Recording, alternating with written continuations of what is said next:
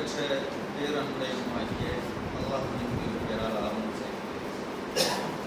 கண்ணியம் நிறைந்த அல்லாஹ் நல்லடியார்களே, இஸ்லாம் என்ற மிகப்பெரிய ஒரு பாக்கியத்தை, ஒரு பொக்கிஷத்தை அல்லாஹ் சுப்ஹானஹு வ தஆலா நமக்கு அருளி இருக்கிறார். உண்மையிலேயே இஸ்லாம் என்கின்ற பாக்கியத்தை அடைந்தவர்கள் இந்த தௌஹீதை உணர்ந்தவர்கள் அல்லாஹ்வால் அந்த நித்திய ஜீவனால் மிகப்பெரிய அருள் செய்யப்பட்டிருக்கிறோம்.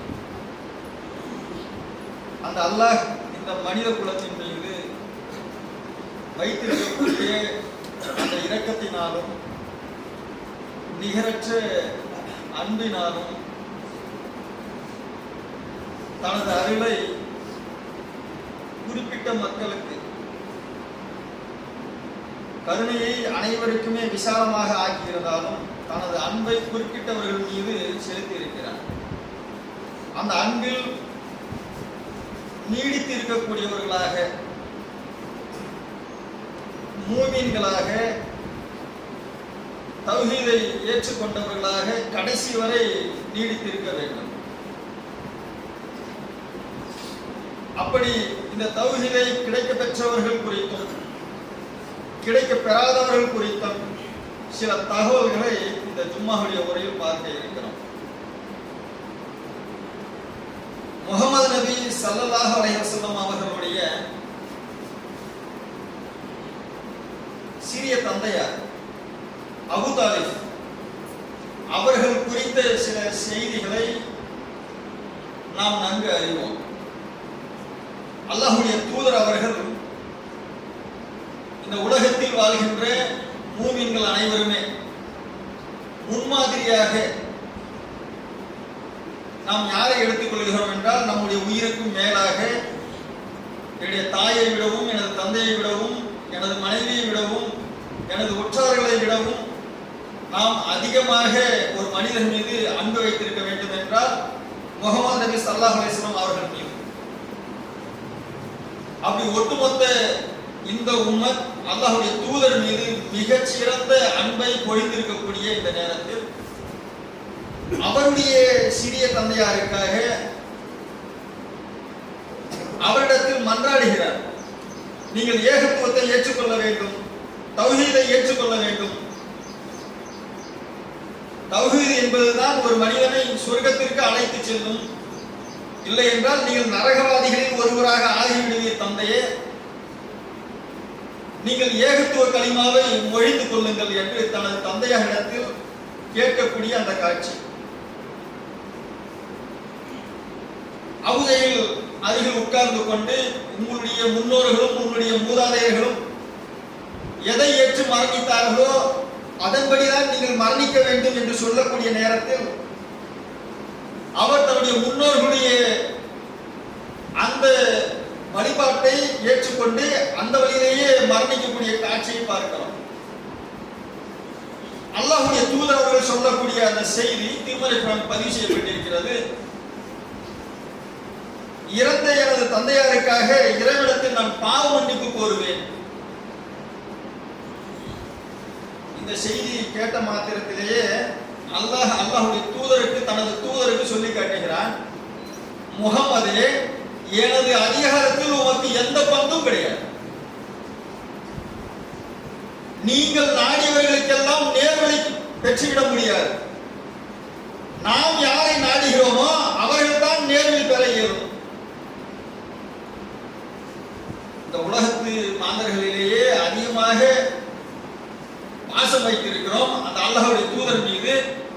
அவருடைய வழிமுறையிலிருந்து 1400 ஆண்டுகளாக அவர்களை பின்பற்றி வந்த சில பல மக்களால் நாம் தௌஹீதை ஏற்று நாமெல்லாம் இஸ்லாத்தை ஏற்றுக்கொண்டிருக்கக்கூடிய இந்த நேரத்தில் அவருடைய தந்தையாருக்கு இறைவனுடைய நேர்வழி, இறைவனுடைய அன்பு, இறைவனுடைய அருள் கிடைக்காத ஒரு சமயம்.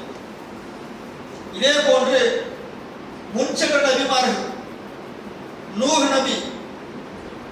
நூஹ் நபி அவர்களுடைய மனைவி இஸ்லாத்தை ஏற்காத தருணம். இந்த உலகத்திலேயே அதிக நாள் நீண்ட நாள் வாழ்ந்து நீண்ட நாள் மக்களிடையே ஏகத்துவத்தை தௌஹீதை பிரச்சாரம் செய்தவர் நூஹ் நபி.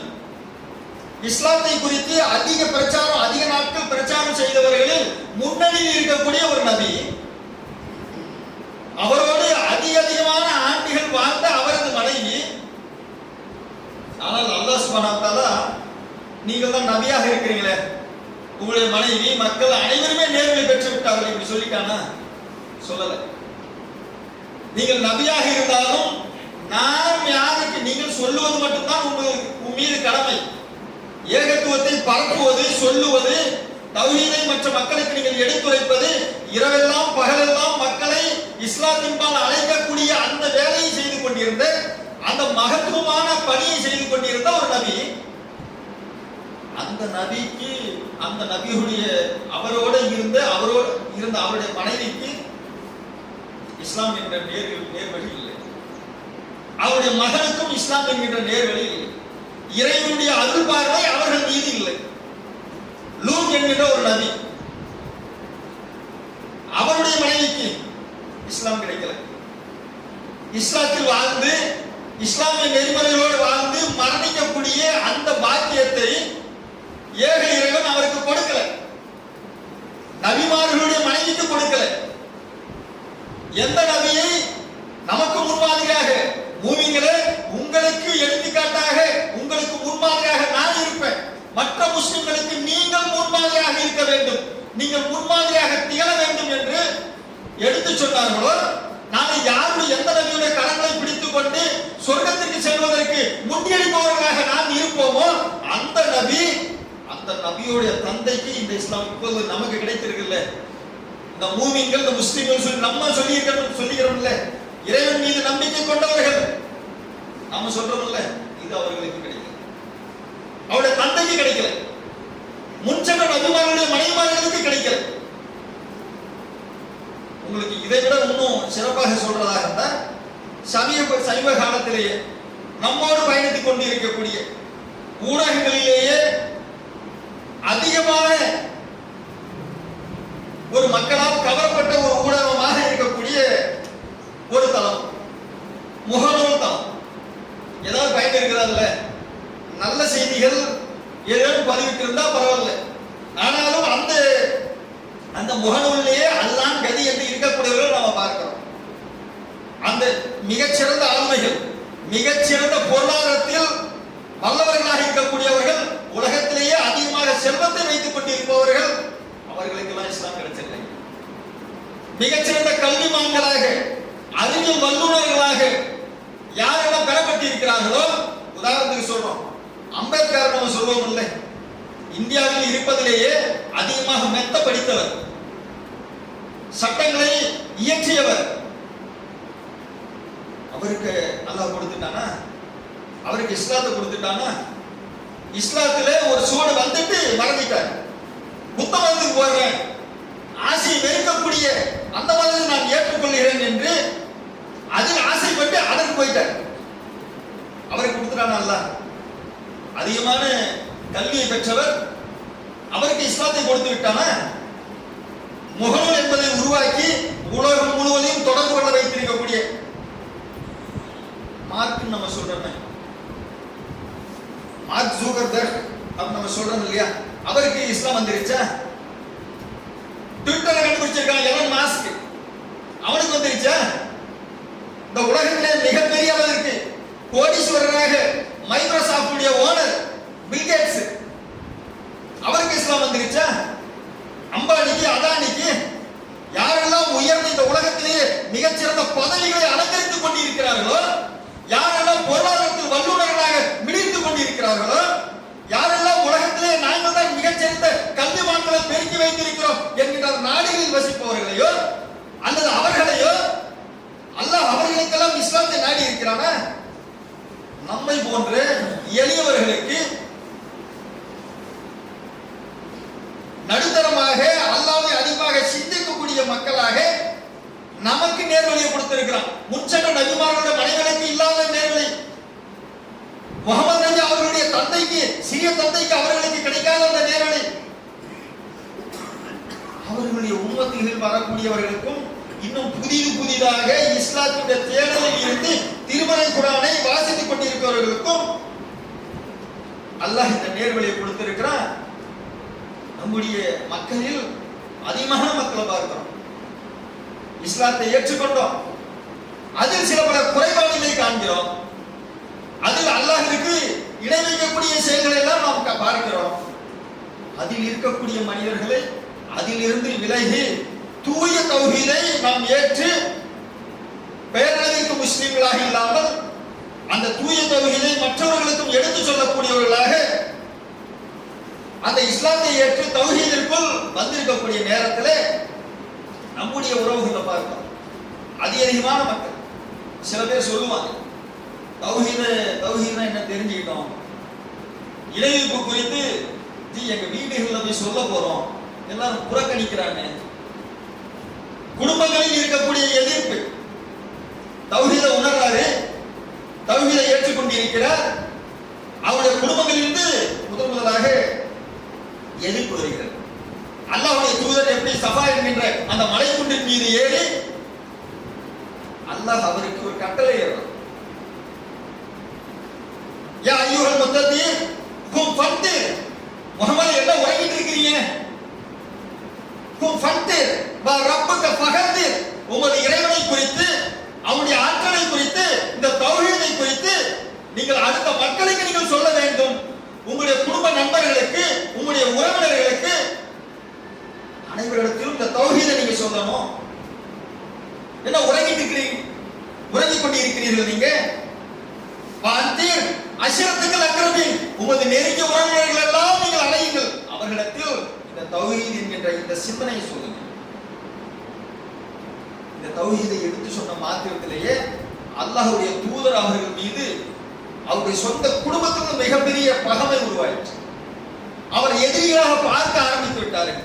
அல்லாஹ்வுடைய தூதர் மீது அந்த ஒழுக்க மாண்புகளை எல்லாம் கொண்டிருந்த மக்கள் அல்லாஹ்வுடைய தூதரை எதிரியாகவும் வேறு ஒரு சித்தாந்தத்தை சொல்லுகிறார், வேறு ஒரு கருத்தை சொல்லுகிறார், எங்கள் மீது திணித்து விடுவாரோ என்று அல்லாஹ்வுடைய தூதர் அவர்களை எதிர்க்கக்கூடிய காட்சி.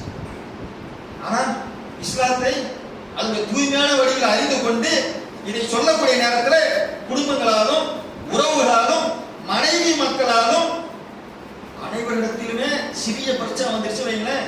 என்னடாப்பா தௌஹீதுன்ற, இந்த கல்யாணத்துக்கு போக கூடாதுன்ற, ஆடம்பரமான கல்யாணத்துக்கு போக கூடாதுன்ற, என்னடா இது புதுசா சொல்றீங்க? இல்லைங்க, அல்லாஹ் சுப்ஹானஹு வ தஆலா திருமறை குர்ஆன்ல சொல்லி இருக்கிறான், இன்ன ஆலம நிக்காஹி வ பரக்கா ஐஸ்வர்ய மௌனா, உன்னை படைத்த இறைவனுடைய அந்த ஆதமுடைய பரக்கத் வேண்டுமா? எதுல? நிக்கால வேண்டுமா? திருமணத்துல வேண்டுமா? வரதட்சணை இருக்கக்கூடாது, ஆடம்பரமா இருக்கக்கூடாது. தௌஹீத் ஜமாத்காரன் புதுசா இதை கண்டுபிடிச்சு வந்து சொல்ற மாதிரி, ஏன்னா தௌஹீத்னு சொல்லி புதுசா வந்து சொல்ற, இதுவரைக்கும் எங்க குடும்பங்களை நடத்தலையா, திருமணம் நடத்தலையா, எங்களோட முன்னோர்களை வச்சு நடத்தலையா, எங்களோட மூதாதைகள் சொல்றபடி நாங்க நடத்தலையா, ஊரெல்லாம் அழைச்சு விழா வச்சு நான் சம்பாதிச்ச பணம், நான் சம்பாதித்து வைத்திருக்கக்கூடிய அந்த பணத்தை வைத்து அந்த முதலீடை வச்சு என்னுடைய குழந்தைகளுக்கு நான் திருமணம் பண்றேன், அதையெல்லாம் எதிர்க்கிறீங்களே நீங்க. ஆனால் அல்லாஹ்வுடைய தூதர் அவர்கள் சொல்லி காட்டினார்கள், உங்களுக்கு யாருடைய திருப்தி வேண்டும், திருமணத்தில் யாருடைய பரக்கத் வேண்டும். அல்லாஹ்வுடைய பரக்கத் ஒரு மனிதர் நீங்கள் வேண்டுவதாக இருந்தால் இன்ன ஆலம நிக்காஹி வ பரக்கா, நிக்காஹ்ல பரக்கத் வேணுமா? யாருடைய பரக்கத்? அல்லாஹ்வுடைய பரக்கத், ஆலமுடைய பரக்கத் வேண்டுமா? ஐஸ்வர்ய மௌனா, மிக குறைந்த செலவில் எந்த திருமணங்கள் நடைபெறுகிறதோ அதில் தான் அல்லாஹ்வுடைய பரக்கத் இருக்கிறது. நம்முடைய உறவுகள்ல குடும்பங்கள்ல தரகால போய் முட்டிட்டு இருக்கிறான், தனக்கு இணை கற்பிக்கப்படுவதை அல்லாஹ் மன்னிக்கவே மாட்டான். அதற்கு கீழிலே உள்ள பாவத்தை தான் நாடியோருக்கு மன்னிப்பான். நீ எவ்வளவு தொழுது நல்ல அமல்கள் செய்திருந்தாலும், எவ்வளவு நோக்கு வருடம் முழுக்க நீ வச்சிருந்தாலும், எவ்வளவுதான் தான தர்மங்கள் செஞ்சிருந்தாலும், ஒரு தர்கால போய் அல்லாஹ்விடத்தில் கேட்பது போன்று அங்கு இறந்து கிடக்கக்கூடிய அந்த கபரிடத்தில் சென்று கையை நீட்டி விட்டால் உங்களுடைய உள்ளங்களில் உள்ளதை கூட நான் அறியக்கூடியவனாக இருக்கிறேன்.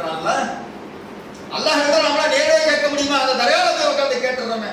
இந்த தௌஹீத் கொள்கையை போய் மக்களிடத்தில் போய் சொல்லக்கூடிய நேரத்தில் அங்க தர்காவுக்கு போறோமா, அவரிடத்துல கேட்கிறோமா? அல்லாஹ் தானப்பா கேட்கிறோம். அங்க போய் இவரை சிபாரிசு படத்தை மட்டும் தானப்பா செய்ய சொல்றோம். இந்த சிந்தனையை தாயத்தின்றதுல 10 பைசா கதற வச்சுட்டு இன்றைக்கு வரைக்கும் இருக்கக்கூடிய இந்த முஸ்லிம் மொஹல்லாக்கள்ல எவ்வளவு பெரிய அநியாயம், எவ்வளவு பெரிய ஒரு இணை அல்லாஹ்வுக்கு வைக்கக்கூடிய எவ்வளவு பெரிய பாவம். யார் ஒருவர் தாயத்தை கட்டிக்கொள்கிறாரோ மத்தல்லக்க தைமத்தின் ஃபகதாஷரக அவர் நிரந்தரமா நரகத்துல போவாரு. அவங்க மக்கள் தெரியாம கையில காலை கட்டிட்டு இருக்காங்க. அதை சொன்னாங்கன்னா உனக்கு தெரியுமா? ஹஜ்ரத் படிச்சு ஓதுறாரு. ஏன்னா குடும்பங்கள் எல்லாம் மிகப்பெரிய எதிர்ப்பு வருது. தௌஹீதுக்கு போயிடலாமா? பொருளாதாரத்துல சிக்கல் வருது. இதற்கு முன்னாடி நல்லபடியா சம்பாதிச்சுட்டு இருந்தேன், நல்ல செல்வங்கள் என்கிட்ட இருந்தது, மீண்டும் வந்தவழியா போயிடலாமா? தௌஹீதை சொல்லலாமா? தௌஹீதை சொன்னா பிரச்சனை வருது, வீடுகளை எதிர்க்கிறாங்க. ஆக நம்ம தௌஹீதுக்கு போகலாம். இன்னும் குர்ஆன் பதிலாக இப்படி சொல்றாங்க. வர வர குர்ஆனையும் மாத்திட்டாங்க. உங்களை துஸ்ரா குர்ஆன் எந்த அத்தியாயத்தை பார்த்தீங்க? எந்த வசனங்களை பார்த்தீங்க? எந்த வசனம் மாறுனதை பார்த்தீங்க? யாருக்கா தெரியுமா? சொல்லுவாங்களா? படிக்காமலேயே மக்கள் அவரிடத்துல சத்தியத்தை நீங்கள் சொல்லக்கூடிய நேரத்தில் அவர்கள் புறக்கணிக்கத்தான் செய்வார்கள். நீங்கள் இஸ்லாத்தை ஏற்றுக்கொண்டீர்கள், தௌஹீதை ஏற்றுக்கொண்டீர்கள் என்றால் நம்பிக்கை கொண்டோம் என்று சொல்லிவிட்டால் அல்லாஹ் சோதிக்காமல் விட்டு விடுவானே. சொர்க்கத்துக்கு லேசா நம்பிக்கை வச்சு நீங்க சொர்க்கத்துக்கு போயிடுங்க எப்படி சொல்லிடுவானா? முன்சென்ற நபிமார்களை சோதித்தோம், உங்களையும் சோதிப்போம். நபிமார்களை சோதிச்சோமே, உங்களை சோதிக்க மாட்டோமான்றான். அப்ப குடும்பத்துல பிரச்சனை, ஊரார் பிரச்சனை, உறவுகள்ல பிரச்சனை. அவங்க கூப்பிட்டாங்க நம்ம இருந்தாலும் உறவு விட்டு போயிடுவேன், அந்த திருமணத்தை போய் கலந்துக்கிறோம். முன்பந்தில உட்கார்ந்து சாப்பிடுறோமே, வரஞ்சன் திருமணம் தெரியுது.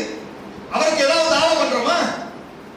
பத்திரிகை எடுத்துட்டு வராரு, हम क्या जाने की जाती हम बोल लेते हैं, हम बोला तो हम जाती है ऑपोजिट का कई को दिल हम दुखा लगा. அல்லாஹ் இதுல உரைக்கிட்டு இருக்கிறதுல அல்லாஹ் கிட்ட தான் எழுதுறோம். யா அய்யுல் முத்தகீன், எந்திரிங்க, போய் எச்சரிக்கை செய்யுங்க. நரகத்துடைய விளிம்புகளாக, நரகத்துடைய எரிபொருட்களாக மாறி விடுவார்கள் உங்களுடைய உறவுகள், உங்களுடைய உறவினர்கள். இந்த தௌஹீதை சொல்லுங்க. சொல்லுகின்ற வரைக்கும் தான் நீங்க முஸ்லிமா இருப்பீங்க, நீங்கள் மூமின்களாக இருப்பீங்க. அப்ப இந்த செய்திகளை நினைச்சு பாருங்க. இன்னும் சில பேர் நம்முடைய வீடுகள்ல பாருங்க, நம்ம அறியாம நரகம் போக மாட்டாங்க, தாயத்தை கட்ட மாட்டாங்க. வீடுகளில் இருக்கக்கூடிய நேரங்கள்ல ஜாக் ஜாக் தேர சூரத் में जाकर देख तेरा सूरत देखता नहीं போங்க बहुत सा अच्छा काम जो होगा. எத்தனை வீடுகள்ல நினைக்கிறீங்க?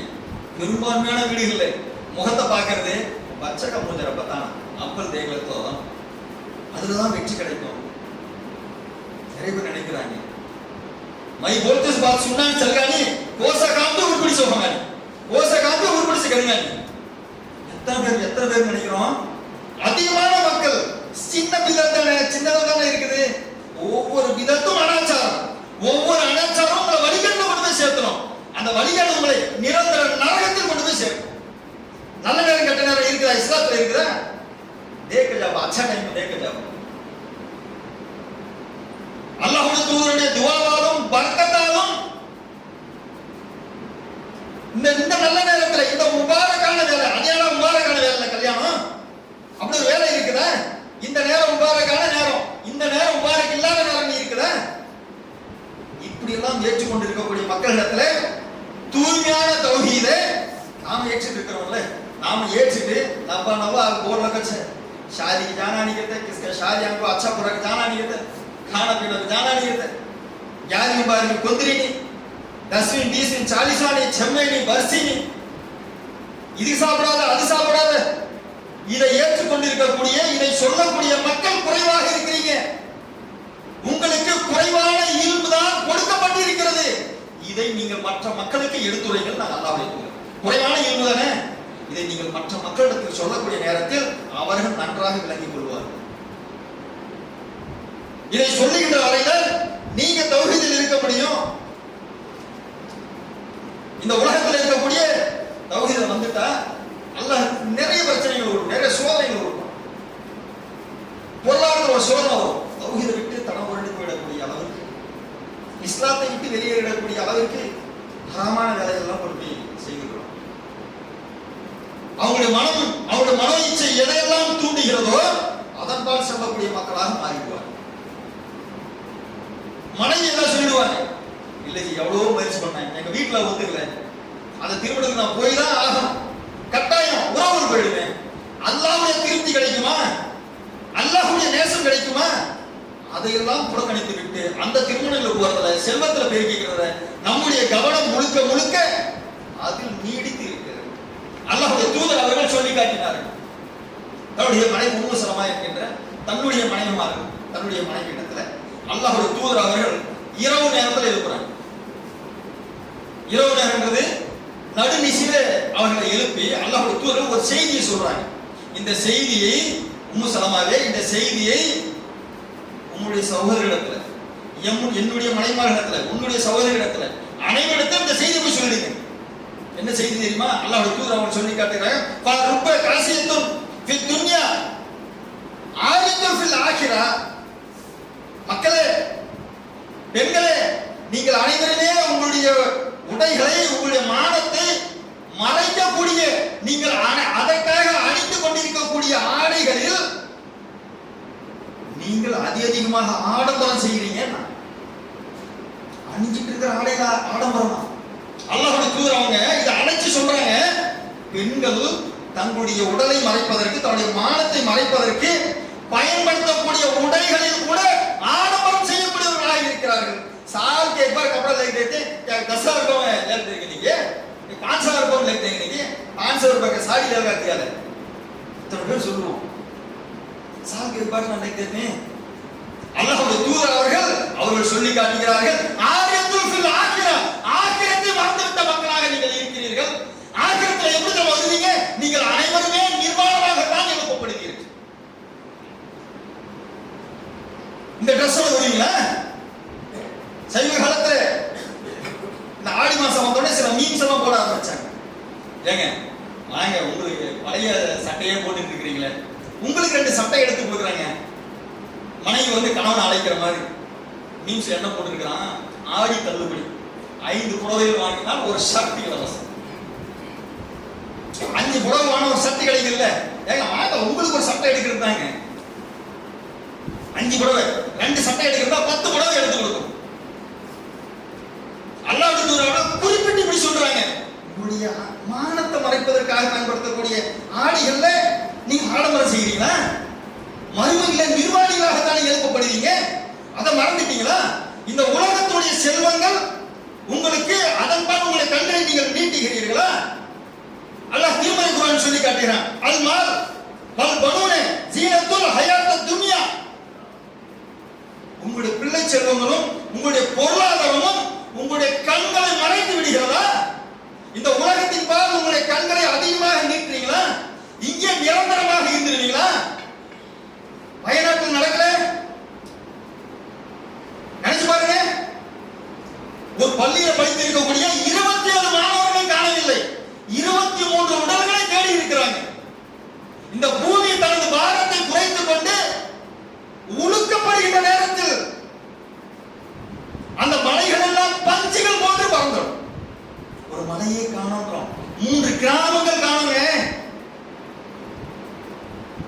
அவர்களுக்காகவே நம்ம துவா செய்யணும். எந்த ஒரு மனிதன் மீது இன்னொரு மனிதன் இரக்கம் காட்டாமலே அல்லாஹ் இரக்கம் காட்ட மாட்டான். இரக்கம் காட்டுங்க, அவர்களுக்காக துவா செய்யுங்க. ஆனால் அல்லாஹ் சுப்ஹானஹு வ தஆலா சொல்லி காட்டினால இந்த உலகம் நீடித்து நம்ம எப்பப்போ மரணிப்போம்? நாம நம்முடைய பிள்ளைகளை வளர்த்து, நம்முடைய பிள்ளைகளை நாம் பெறாத கல்வியெல்லாம் அவர்களுக்கு கற்றுக் கொடுத்து, அவர்கள் நல்லபடியாக வளர்த்து, அவர்களுக்கு நல்லபடியாக திருமணம் முடிச்சு, அவங்களுக்கு ஒரு வீடு, குறைந்தபட்சம் ஒரு வீடாவது, ஒரு நிலமாவது. பீசாவுக்கு மரண ஜீவ கியா ஃபைதா, மனைவி கேட்டா முடிஞ்சு போச்சு. என்னங்க உழைக்கிறேன், தௌஹீதாவது ஒன்னாவது எடுத்து போறோம், இஸ்லாமாவது ஒண்ணு எடுத்து போட முதல்ல அந்த பக்கம், தொழுகையை ஒரு பக்கம் எடுத்து போடு, பாதியா போறோம், நோன்பு ஒரு பக்கம் எடுத்து போடு, அசாதுதான் அதை மறந்து காசா நீங்க தௌஹீதுல போன காசு கிடைக்குமா? தௌஹீதுல சொன்னா காசு கிடைக்குமா? பணம் யாரா கொடுப்பான்? தௌஹீதுல இருக்கிறவங்க கொடுப்பானா? போய் சம்பாதிக்கிற வேலையை பாருடா. ஒரு பெரியவர் சொல்லிடுவார், வீட்டுல இருக்க மனைவி சொல்லிடுவாங்க, தௌஹீதை தூக்கி வீசி இஸ்லாத்தை வீசுறது. தௌஹீதுல இந்த ஜமாத் கண்டுபிடிச்சிடல,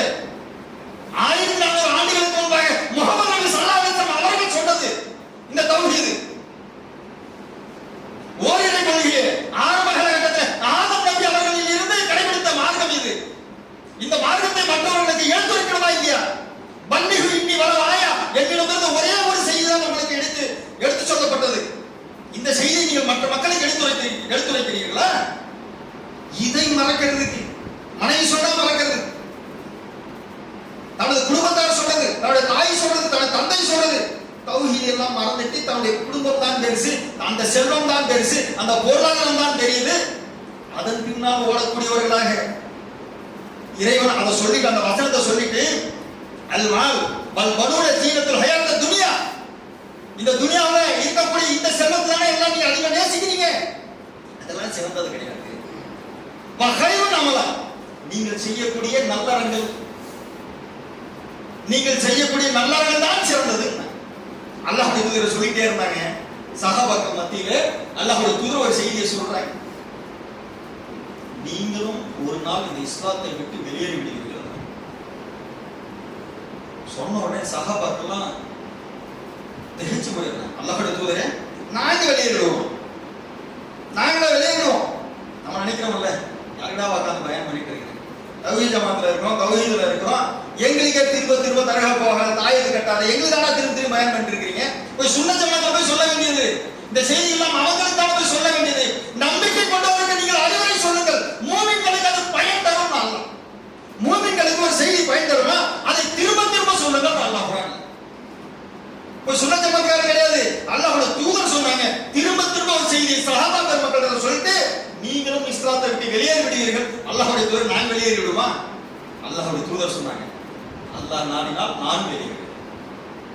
யா முகல்லிபுல் குலூப் தப்பிக் கல்பி அலா தீனி,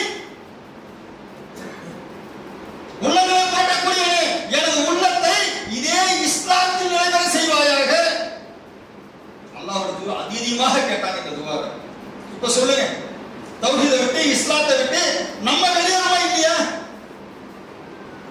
வெளியேறக்கூடிய வாய்ப்புகள் அதிகமாக 100% இருக்கும்.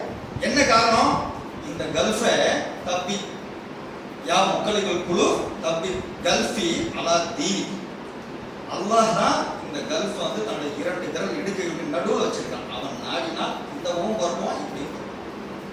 எதுவரைக்கும் இந்த தௌஹீதை நீங்கள் சொல்லிக் கொண்டிருக்கிறீர்களோ, அறிவுரையை கேட்டுக் கொண்டிருக்கிறீர்களோ, இந்த அறிவுரையை நீங்கள் மற்றவர்களுக்கு எடுத்து எடுத்து எதுவரை நீங்கள் சொல்லிக் கொண்டிருக்கிறீர்களோ அதுவரைத்தான் நீங்கள் மூமின்களாக இருக்கிறீர்கள். மூமின்களுக்கு அந்த அறிவுரை என்பது மிகவும் பயன் தரும். அல்லாஹ்வுடைய தூதர் இந்த செய்தியை சொல்லி நீங்கள் அதிகமாக இந்த செய்தியை நீங்க மற்ற மக்களுக்கு எடுத்து சொல்லணும். யாரை ஏகத்துவத்துடைய தந்தை நம்ம சொன்னோம்ல, முகமது நபி தான் நமக்கு உதாரணமாக இருக்கக்கூடியவர். அவருக்கு முன்மாதிரியாக அல்லாஹ் சுப்ஹானஹு சொல்லி காட்டினா அவருக்கு முன்மாதிரியாக இப்ராஹிம் நபியை நீங்க ஃபாலோ பண்ணுங்க. அவர்கள் தான் உமக்கு முன்மாதிரி, முகமது நபிக்கு முன்மாதிரியாக அவர் சொல்லி காட்டினாரு.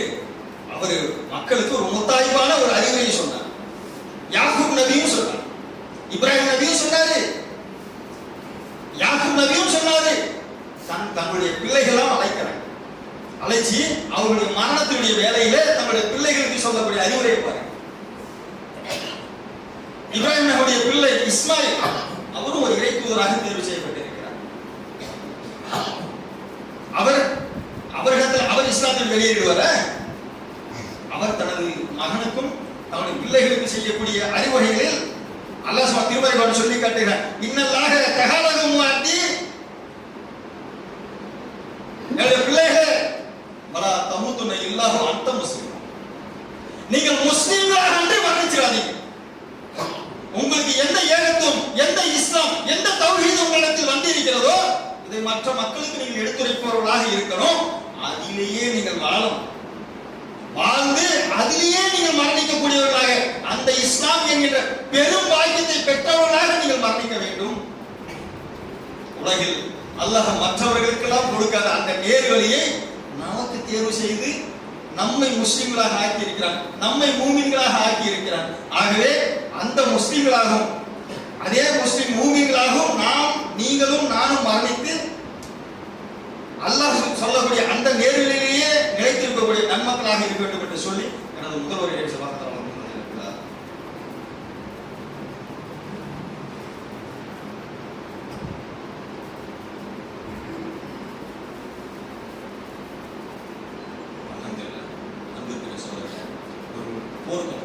போர்க்களத்தில் அனைவருக்கும் தெரிந்த ஒரு செய்தி தான்.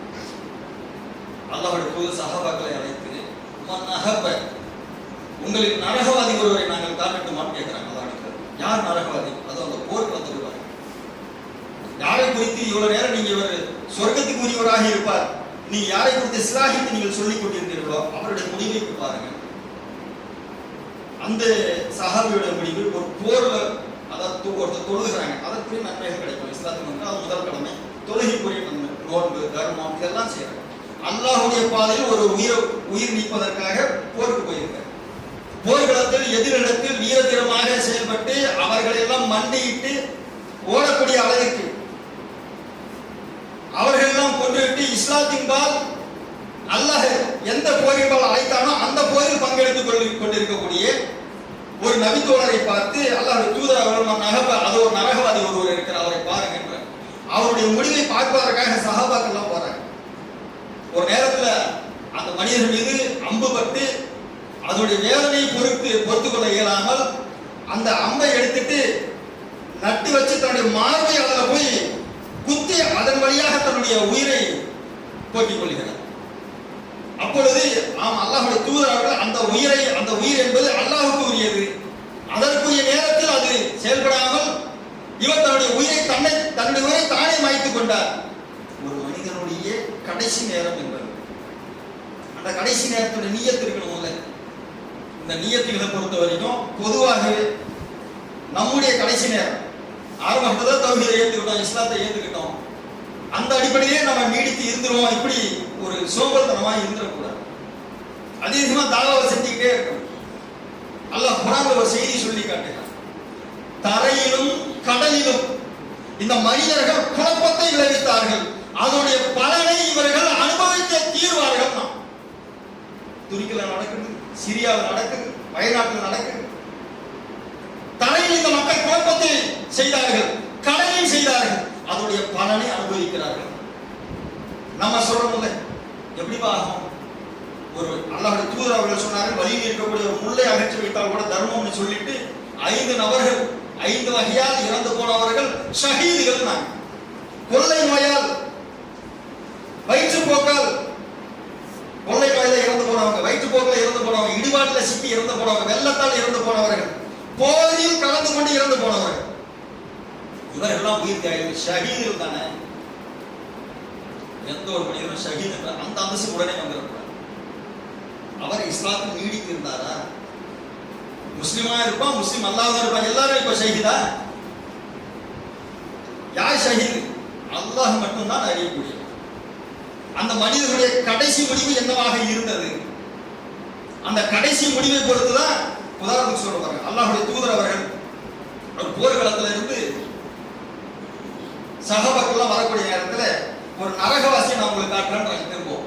யார் அந்த நரகவாதி? போர்க்களத்திலிருந்து வெற்றி வந்துட்டாங்க, கனிமத்து பொருட்கள் வந்துருச்சு. அல்லாஹ்வுடைய தூதர் பிரித்து கொடுப்பதற்கு முன்பாக ஒரு கோடு போட்டு ஒரு வண்ண போர்வை ஒருவர் எடுத்துக்கொண்டார்.